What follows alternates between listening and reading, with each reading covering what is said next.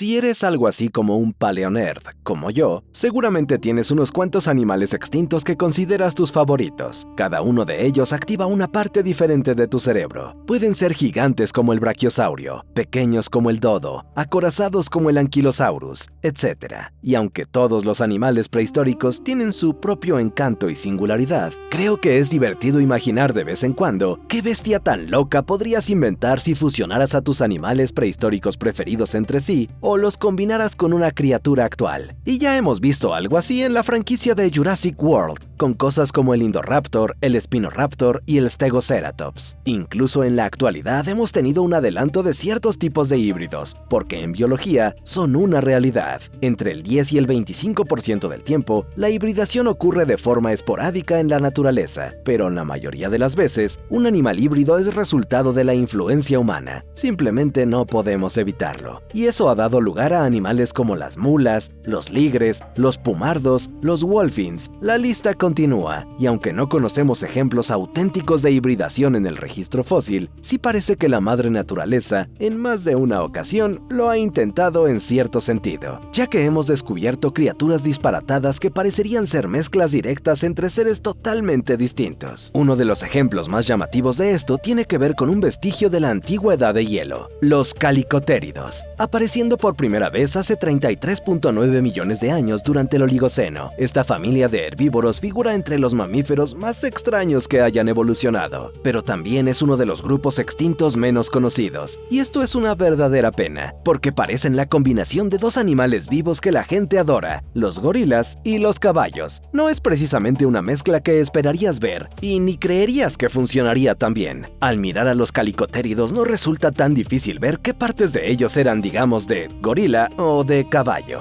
A pesar de tener una cara y un cuerpo más parecidos a las de un caballo, sus extremidades eran largas, poderosas y sin pezuñas, cada una de ellas con 3 dedos funcionales. Esta familia no era un grupo perdido de primates ni tampoco eran caballos, pertenecían a su propio grupo aparte. Según los estudios, se ubica en el orden de los perisodáctilos, siendo los caballos sus parientes vivos más cercanos. Quizá un reflejo de esto eran sus rostros, que no solo se parecían a los de un caballo, sino que también funcionaban como tal, lo que se traducía en una dieta de vegetación blanda y unos labios musculosos y prensiles que podían funcionar como una mano al tomar ramas y hierba. Por esta cabeza similar a la de un caballo, se creyó al principio que estos animales eran pastadores, habitantes de las praderas, pero ahora sabemos que no era así, y todo tiene que ver con esos brazos de gorila tan extraños. Tanto las piernas como los brazos de los calicotéridos eran largos y fuertes, pero los brazos en particular eran proporcionalmente gigantes y alargados. De hecho, al igual que en un gorila, se desplazaban apoyándose sobre los nudillos. Esto los hacía más lentos que un caballo, pero les permitía alcanzar ramas altas y bajarlas hasta sus bocas. Además de ayudarles a conseguir alimento, cada mano estaba equipada con enormes garras afiladas que reforzaban su agarre y quizá les servían en la defensa. Como los gorilas, se ha sugerido que los calicotéridos balanceaban sus brazos con fuerza para golpear atacantes o rivales. Otra cosa que ayudaba a su defensa era que, al igual que gorilas y caballos, eran robustos. Al menos algunos. Incluso los miembros más pequeños eran del tamaño de una oveja. Y no sé si has intentado cargar alguna, pero la realidad es que no son tan ligeras, a veces pesando más que un jaguar. Y luego estaban los gigantes de la familia, como Calicotherium y Moropus, que podían alcanzar 2.4 metros de altura a la cruz, más altos que Shaq, y mucho más pesados, con los ejemplares más grandes superando potencialmente 1.1 toneladas. Durante el Eoceno, esto los convertía en algunos de los animales terrestres más grandes, y se encontraban casi en todas partes, con la familia extendiéndose por Asia, Europa, África e incluso Norteamérica, siendo Asia un foco de diversidad.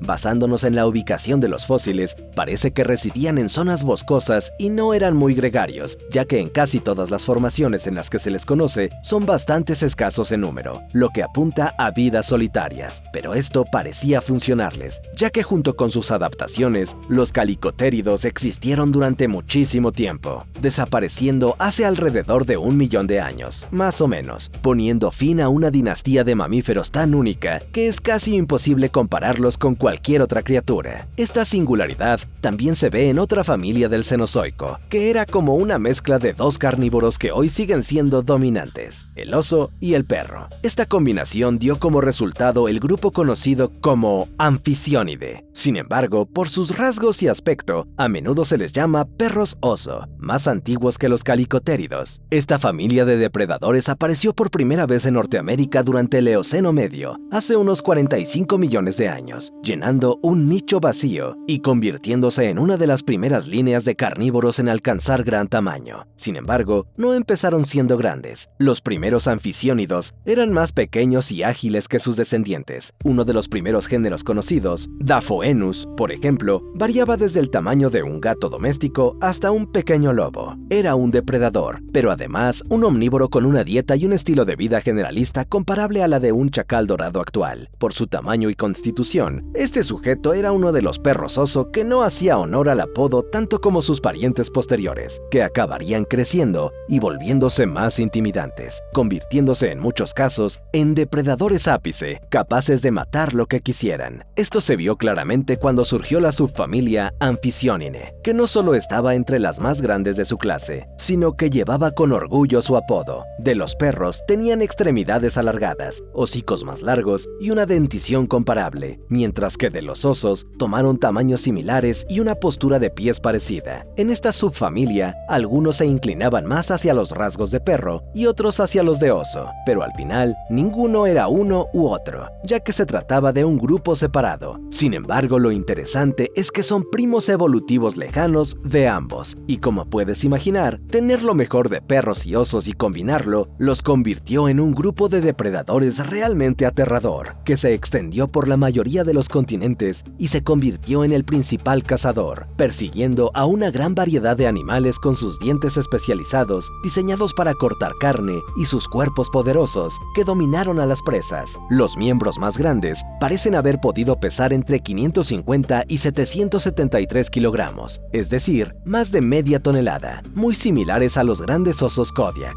que si sabes algo de ellos, no son animales con los que convenga meterse. Con todo esto en un solo paquete, estos perros oso eran máquinas muy eficientes, y en cierto modo, los reyes de sus entornos, lo que condujo a un reinado que esencialmente duró más de 30 millones de años. Dada su voracidad, acabaron aterrorizando a muchas clases de animales prehistóricos. A eso llamo un gran trauma generacional, y su diseño era tan bueno que pasado un tiempo no cambiaron demasiado, porque si no está roto, no lo arregles. Sin embargo, esto a la larga resultó ser un problema, ya que hace unos 5 millones de años, debido al cambio climático, la pérdida del hábitat y la competencia se extinguieron lentamente, incapaces de adaptarse al mundo cambiante. Y cuando eres así de único, al final puede convertirse en un peso. Y volvemos a verlo con otro animal que parece híbrido, mucho más antiguo, que era una combinación aún más extraña que los perros oso o los calicotéridos, el Tanystropheus. Cuando ves por primera vez a esta criatura tan extraña, probablemente pienses de inmediato, oh, eso es un plesiosaurio. Pero no, esta criatura prehistórica no era uno de nuestros icónicos favoritos extintos, y de hecho era aún más antigua, ya que evolucionó durante el periodo Triásico temprano. Como algunos sabrán, el Triásico ya es famoso por crear criaturas muy peculiares, pero Tanystropheus era raro incluso para la época, ya que era en cierto modo el animal que obtendrías si combinaras un plesiosaurio con una jirafa. Y de nuevo podrías pensar que solo es un plesiosaurio, pero los dos eran muy distintos. Los plesiosaurios eran un grupo totalmente acuático cuyos cuellos estaban diseñados para infiltrarse entre bancos de peces desde la distancia, y sus largos cuellos, aunque poderosos en el agua, carecían de soporte esquelético o musculatura para hacer mucho en tierra. Por esta razón, dejar a uno en tierra no solo sería cruel, sería una sentencia de muerte. El Tanystropheus, en cambio, estaría bien, ya que su diseño evolutivo no lo confinaba a los mares. Su cuello parecía haber sido extremadamente rígido, un poco como el de una jirafa, y bien apoyado por músculos y huesos. Con estas características combinadas, quizá pudiera mantener esta gran estructura algo elevada en tierra, sobre todo porque el cuello era ligero para su tamaño y estaba estabilizado por tendones fuertes. Esto tenía ventajas, pero debido a su rigidez, también significaba que esta criatura no podía doblar el cuello como una serpiente. Su flexibilidad era de nuevo más comparable al de una jirafa.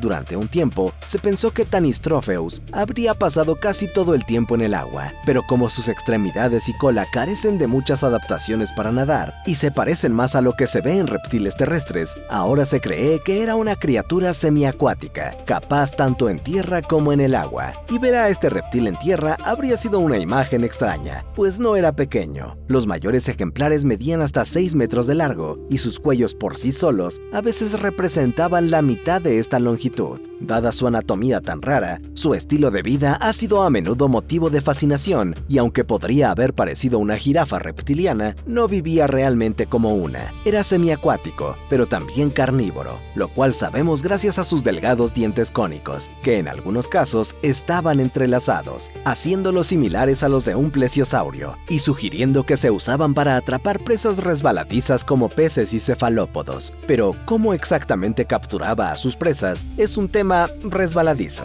con muchas ideas diferentes rondando. Algunos piensan que nadaba tras los peces, otros que bajaba su cuello sobre el agua como una caña de pescar, y unos pocos incluso sostienen que hacía estas cosas y además cazaba animales en tierra, como una especie de jirafa carnívora, lo cual, a lo menos para mí, suena bastante terrible. Fuere cual fuere el caso, su táctica parece haber funcionado bastante bien, ya que la criatura se conoce en grandes números de varias formaciones que se extendían por Europa, Asia y Norteamérica, mientras que el género en sí existió durante 10 millones de años, y aunque mucho más grande que sus parientes, era miembro de los Tanistrophidae, todos con aspecto muy similar, y en conjunto bastante abundantes durante todo el Triásico, pero por desgracia, todos acabarían extinguiéndose, incluido Tanistropheus, y en su caso, una cosa que pudo perjudicar sus posibilidades de supervivencia a largo plazo fue la vulnerabilidad que su diseño creaba. Tener una parte del cuerpo tan vulnerable como la cabeza hacía que Tanistropheus fuera muy depredado, y vemos que muchos ejemplares presentan mordidas devastadoras en el cuello, que en algunos casos los decapitaron esencialmente. Los posibles depredadores fueron notosaurios, ictiosaurios y helveticosaurus, y en última instancia, aunque tuvieron éxito, no llegaron al Jurásico, y semejante destino parece bastante común para muchas de las extrañas creaciones del Triásico, incluida otra fusión de animales que tiene algo que ver con la más famosa de todas las criaturas extintas, el T-Rex. Sin embargo, este híbrido no era un dinosaurio, sino un arcosauriforme, emparentado de lejos, el Erythrosuchus. Este monstruo de animal aparece por primera vez en el registro fósil hace unos 249 millones de años, justo después de que acabara la fase pérmica, y fue uno de los primeros animales en llenar los grandes vacíos que dejó la gran mortandad. Y cuando ves el esqueleto de esta criatura, resulta bastante fácil averiguar qué hueco llenó: un nicho de depredador. Al ver que esta cosa básicamente parecía que un T-Rex y un cocodrilo terrestre hubieran tenido un bebé, resultando en una cabeza enorme diseñada para la carnicería. Cuando se descubrió por primera vez, su cabeza era tan gigante y parecida a la de un terópodo que incluso el paleontólogo que lo halló pensó al principio que se había desenterrado un nuevo terópodo similar al T-Rex. Sin embargo, al encontrarse más restos, se dieron cuenta de que no, que se trataba simplemente de un reptil cuadrúpedo muy extraño, con un cráneo descomunal. Y cuando digo descomunal, no exagero, el cráneo del Erythrosuchus podría medir hasta 1 metro de largo, y su longitud corporal era de 4 metros, lo que significa que este gigante de 2 toneladas tenía un cráneo que representaba el 25% de su longitud total. Eso es aproximadamente el doble del tamaño de nuestras cabezas en proporción. Y por desgracia para los animales que convivían con él, esta enorme cabeza no era para comer vegetales a su antojo, pues su comida preferida podría haber sido roja y sangrienta, ya que Erythrosuchus era el epítome de los depredadores ápice de su época, con la mandíbula llena de decenas de dientes cónicos, grandes, afilados, aserrados y curvados hacia atrás. No necesitaba mucha fuerza para hundir estos dientes en la carne. Pero, ¿por qué no ir al extremo? Esa cabeza estaba diseñada para albergar el máximo de músculos posible, permitiéndole cerrar esas mandíbulas con una potencia mortal que quizá fuera comparable a la de los grandes cocodrilos actuales. Esto le permitía comer lo que quisiera, ya fuera su objetivo otro depredador con sus propias armas o un gran herbívoro con una armadura extensa. Simplemente no importaba, pues una sola mordida probablemente bastaba para incapacitar incluso a los animales más grandes. Por su cabeza, también se cree que Erythrosuchus se convirtió en un hipercarnívoro, es decir, que más del 70% de su dieta era carne, y esto también le permitió reinar en el Karoo del Triásico de Sudáfrica. Este T-Rex cuadrúpedo probablemente cazaba animales como Canemelleria, Diademodon Hippopotamodon e incluso un favorito de los fans, Lystrosaurus. El beneficio de su monstruosa cabeza es evidente, pero gastarte todos tus puntos en una supermandíbula también tiene desventajas. Para empezar, su enorme cráneo necesitaba un apoyo considerable para sostenerlo, sobre todo porque no era un gigante como el verdadero T-Rex. Como resultado, tenía un cuello corto y robusto que limitaba su capacidad de mover la cabeza. Además, su cabeza también lo hacía un depredador no muy rápido en general, obligándolo a depender de emboscadas para atrapar presas que por lo general también debían ser lentas. Y es quizá por estas limitaciones que Erythrosuchus acabó extinguiéndose, incapaz de competir con depredadores más ágiles y rápidos. Así que supongo que la moraleja es que si vas a optar por una cabeza al estilo tiranosaurio, no te quedes con un cuerpo compacto de 4 patas. Aunque sorprendentemente, una combinación que pareció funcionar muy bien es tomar una hiena y mezclarla con un cerdo, añadiendo un toque de hipopótamo. Suena absurdo, pero así obtienes a un grupo de mamíferos extintos que eran intimidantes y sumamente exitosos, los entelodontos, también conocidos como cerdos infernales. El nombre les queda perfecto, ya que eran sorprendentemente parecidos a los cerdos, con hocicos anchos, grandes pezuñas hendidas y un estómago similar, a pesar de haber evolucionado un poco antes que los suidos. Los entelodontos aparecieron en el Eoceno tardío, mientras que la familia de los cerdos surgió justo después, en el Oligoceno. Pese a esta coincidencia, los dos grupos no estaban estrechamente relacionados, pues estos cerdos infernales están genéticamente más cerca de los cetáceos y luego del hipopótamo. Dada esta afinidad, también significa que los entelodontos obviamente no eran hienas ni parientes cercanos, pero podrían haberte engañado, ya que en general poseían algunos de los rasgos de hiena, sobre todo en el estilo de vida y dentición. Como las hienas modernas, estos animales habían desarrollado mandíbulas reforzadas y musculosas, con dientes enormes y duraderos, diseñados para procesar una gran variedad de materiales, que además de carne, incluían muchos huesos. Triturar huesos es algo que las hienas actuales disfrutan de hacer. Esto permitía a los entelodontos acceder a la médula ósea, rica en calorías y disponible en carroñas, además de obtener minerales como calcio y fósforo. Sabemos que lo hacían porque el desgaste de sus dientes es muy parecido al visto en las hienas moteadas, y tomando también una página de sus parientes los hipopótamos, los entelodontos habían desarrollado grandes crecimientos óseos y protuberancias en el cráneo, que podrían haber servido como anclajes para los músculos de la mandíbula y el cuello, o quizá como medio de intimidación, y vaya que intimidaban. Pero si eso fallaba, siempre podían recurrir a su poderosa mordida, que era altamente letal porque tenía músculos digástricos muy desarrollados, como un hipopótamo. Esto probablemente les permitía abrir la boca mucho, como a sus parientes, facilitando la competencia entre rivales y ayudando en la caza, porque debido a sus pies con pezuñas, no podían sujetar a la presa, así que abrir la boca lo suficiente para abarcar el cuerpo de la presa en movimiento era esencial para su supervivencia. Sin embargo, si la caza no funcionaba, los entelodontos tenían otras opciones, ya que sus dietas no eran nada selectivas. Eran omnívoros oportunistas como los cerdos, y al parecer carroñaban mucho, especialmente durante estaciones secas. Esto se refleja tanto en análisis isotópicos como en los patrones de desgaste. Esta capacidad de comer casi cualquier cosa les permitió expandirse a diversos ecosistemas, sin importar los cambios que trajeran, y les permitió encontrarse en llanuras y bosques. Su adaptabilidad también les ayudó a expandirse desde Norteamérica, su origen, a grandes partes de Europa y Asia, donde se convirtieron en uno de los grandes grupos dominantes. Y aunque no se les considera necesariamente depredadores ápice, no muchos querrían buscar problemas con los adultos, que podían alcanzar tamaños considerables. Los más pequeños eran del tamaño de un ciervo grande, mientras que los más grandes, como el Daeodon, llegaban a pesar hasta 750 kilogramos, más pesados que la mayoría de los caballos, solo que su mordida no te dejaría solo un moretón, sino que te convertiría en un amasijo irreconocible. Con todas estas características a su favor, los cerdos infernales lograron persistir durante mucho tiempo, existiendo por más de 15 millones de años. Y en última instancia, aunque ellos y el resto de los animales mencionados han desaparecido, todavía hay otros ejemplos que demuestran lo creativa que puede ser la madre naturaleza. Apenas hace 800.000 años, teníamos animales como el Cibaterium,